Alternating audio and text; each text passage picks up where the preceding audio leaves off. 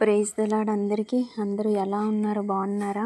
మన 40 days fasting prayers heart transformation సిరీస్లో భాగంగా సిలువ ధ్యానాలు అనేది మనం స్టార్ట్ చేసుకున్నాము గత కొన్ని రోజులుగా.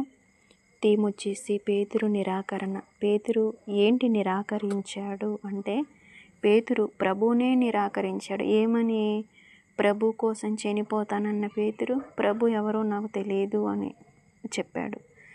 పేతురు ప్రభుతో పాటు సముద్రం మీద నడిచిన పేతురు ప్రభు ఎవరో నాకు తెలియదు అని చెప్పాడు.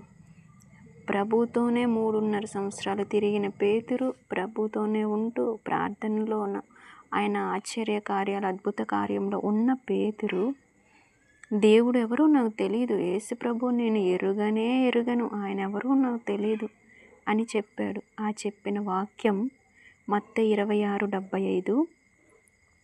కనుక కోడి కూయక మునుపు నీవు నన్నెరుగనని ముమ్మారు చెప్పెదవని యేసు తనతో అనిన మాట పేతురు జ్ఞాపకము తెచ్చుకొని వెలుపలికి పోయి సంతాపపడి ఏడ్చెను. ఈ వాక్యం చూసుకున్నట్లయితే, కనుక కోడి కూయక మునుపు నీవు నన్నెరుగనని ముమ్మారు చెప్పెదవని యేసు తనతో అనిన మాట అంటే, ముందు పేతురు ఏమన్నాడు? ప్రవ్వా, నిన్ను చంపాలంటే ముందు నన్ను చంపాలి ప్రవ్వా అని అన్నప్పుడు ప్రభు అంటారు, పేతురు కోడి కుయ్యక మునిపే నువ్వు నన్ను ఎరగనని ముమ్మారు చెప్తావు అంటే, కోడి కూసే నాటికి ఆ సమయానికల్లా నువ్వు నన్ను ఎరగనని చెప్పేస్తావు పేతురు అన్నమాట. ఆ మాట ప్రభు పేతురుతో అనటము, పేతురు వినటము, తర్వాత ప్రభువుని అప్పచెప్పినప్పుడు వాళ్ళు తీసుకుని వెళ్ళినప్పుడు పేతురుని ఒక చిన్నది అడిగినప్పుడు, వేరే వాళ్ళు అడిగినప్పుడు, మంట కాచుకున్నప్పుడు అడిగినప్పుడు ఎవరో నాకు తెలియదు అని చెప్పటము, 3 మార్లు అయిపోవటము, కోడి కూసినప్పుడు ఇవన్నీ పేతురుకు జ్ఞాపకం వచ్చినప్పుడు బయటకు వెళ్ళి సంతాపపడి ఏడ్చాడు. ఎంతలా ఏడ్చాడు అంటే అంతలా ఏడ్చాడు. పేతురు అనగానే మనకు గుర్తుకు వచ్చేది ఏంటో తెలుసా? అతనిలో ఉన్న ధైర్యం, అతనికి యేసయ్య మీద ఉన్న ప్రేమ, యేసయ్య పట్ల అతనికి అంకిత భావం. కానీ అదే పేతురు యేసును 3 సార్లు ఎరుగనని కూడా పలికాడు. ఈ సంఘటన మన జీవితాలకు ఎంతో లోతైన బోధనిస్తుంది. మన బలహీనతలను గుర్తించాలి. పేతురు ముందు నేను ఎప్పుడు నిన్ను విడిచిపెట్టను అని ధైర్యంగా చెప్పాడు. కానీ పరిస్థితి వచ్చినప్పుడు భయంతో యేసును నిరాకరించాడు. మనము చాలాసార్లు నేను ఎప్పుడు దేవునికి నమ్మకంగా ఉంటాను అంటాము, కానీ చిన్న సమస్యలు భయాలు వచ్చినప్పుడు మన విశ్వాసం తగ్గిపోతుంది. కాబట్టి మన బలహీనతలను అంగీకరించాలి, దేవుని సహాయం కోరాలి. భయం మనల్ని తప్పు మార్గంలో నడిపిస్తుంది. భయం ఎప్పుడు అనేది నీ హృదయంలోకి వస్తుందో ఆల్మోస్ట్ ఆ భయంతో అసలు ఏం ఆలోచిస్తాము, ఏ నిర్ణయాలు తీసుకుంటాం, ఏం పలుకుతామో కూడా మనకే తెలియదు. పేతురు ఎందుకు నిరాకరించాడంటే భయం. అక్కడ అడిగిన జనాల భయం. ఎందుకంటే ప్రభువుని అంత దారుణంగా హింసిస్తున్నారు వాళ్ళు. అక్కడ ఉన్న పరిస్థితులన్నీ చూసి పేతురుకు భయం కలిగింది. ఈరోజు మనం కూడా భయం, ఇప్పుడున్న రోజుల్లో ఉద్యోగం కోల్పోతామేమో అని భయం. ఇప్పుడు అనేక న్యూస్ ఛానల్స్లో, యూట్యూబ్లో ఎక్కడ విన్నా చాలా భయానకరమైన విషయాలన్నీ వింటున్నాం. ఆ విషయాలు విన్నప్పుడు ఉద్యోగం కోల్పోతామేమో అని భయం, మనుషులు ఏమనుకుంటారో అని భయం, సమాజం ఒత్తిడి వల్ల భయం, మన విశ్వాసాన్ని దాచిపెడతాం. కానీ దేవుడు చెప్పేదేటో తెలుసా? భయం కాదు, విశ్వాసం ముఖ్యం. క్రైస్తవుడు విశ్వాస మూలంగా జీవిస్తాడు. నువ్వు ఆ విశ్వాసాన్ని చూపించాలి. పశ్చాత్తాపం మార్పుకు మార్గం. పేతురు తన తప్పును గ్రహించినప్పుడు బయటకు వెళ్ళి తీవ్రంగా ఏడ్చాడు. పశ్చాత్తాపం అనేది చాలా ఇంపార్టెంట్. ఎవరు? దావీదు మహారాజు కూడా పశ్చాత్తాపడ్డాడు, పేతురు కూడా పశ్చాత్తాపడ్డారు. బయటకు వెళ్ళి చాలా తీవ్రంగా ఏడ్చాడు.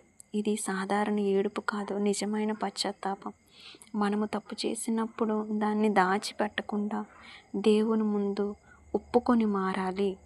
పశ్చాత్తాపము = మార్పుకు మొదటి అడుగు. దేవుని కృప మనల్ని తిరిగి లేపుతుంది. ఆయన కృప, కేవలం ఆయన కృప వల్లనే మనం బ్రతుకుతున్నాం. పేతురు నిరాకరించినప్పటికీ యేసు అతన్ని తిరిగి స్వీకరించాడు. యేసయ్య ఎందుకంటే అంత మంచి దేవుడు, అంత గొప్ప దేవుడు కనుక. తరువాత పేతురు గొప్ప సేవకుడిగా మారాడు. మనము పడిపోయిన దేవుడు మనల్ని విడిచిపెట్టడు.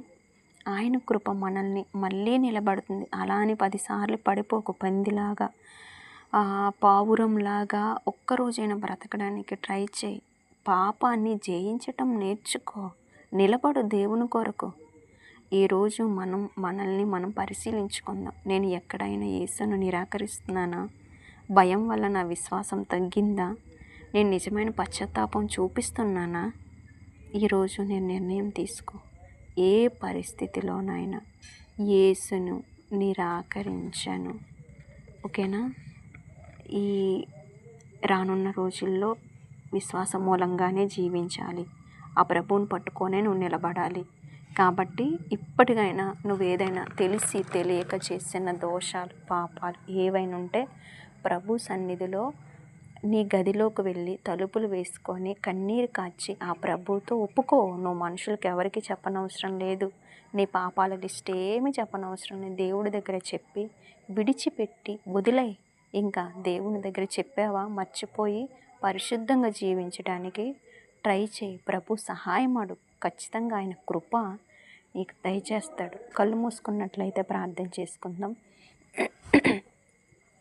మహాపరిశుద్ధుడ, మహాగణుడని, ఘనమైన పరిశుద్ధమైన శ్రేష్టమైన నామమునకి కృతజ్ఞతాస్తుతులు స్తోత్రములు చెల్లిస్తున్నాను ప్రభా. నిజము నాయన, పేతురు వల్ల మేము కూడా ఎన్నో మార్లు ప్రభు తెలియదు, ఆ ప్రభు ఎవరో మాకు తెలియదు అని మేము కూడా ఎన్నో మార్లు తండ్రి నిరాకరించున్నాం ప్రభు. మమ్మల్ని క్షమించు. ప్రతి పని పాటలలో ప్రభు నీకు ఆయాసకరమైనవి, నీకు ఇష్టం లేనివి చేసి ఉన్నాం నా తండ్రి ప్రభు. ఆ రీతిగా మేము ఉండకుంటున్నాయన నిజమైన పశ్చాత్తాపం మాలో పుట్టించండి ప్రవ్వ. మమ్మల్ని క్షమించి ప్రవ్వ తండ్రి 40 days ఫాస్టింగ్ ప్రేయర్స్ కొనసాగుతున్న అందరినీ జ్ఞాపకంలో ఉంచుకోమని, నీ రక్తంతో ఇంకో మారు మమ్మల్ని కడగండి, శుద్ధి చేయండి, పరిశుద్ధపరచండి, పవిత్రపరచమని అయ్యా నీ కృప మాకు దయచేసి నిండుగా మమ్మల్ని నీ బిడలుగా చేర్చుకునే మనసు గొప్పది నీది. నువ్వు మంచి దేవుడు ప్రవ్వా, గొప్ప దేవుడు. నీలాంటి మనసును మాలో కూడా పుట్టించమని ప్రార్థన నజరేయుడైన యేసుక్రీస్తు నామములో ప్రార్థించి అడిగి వేడుకొంచున్నాను నా పరలోకపు తండ్రి. ఆమేన్. God bless you. Thank you.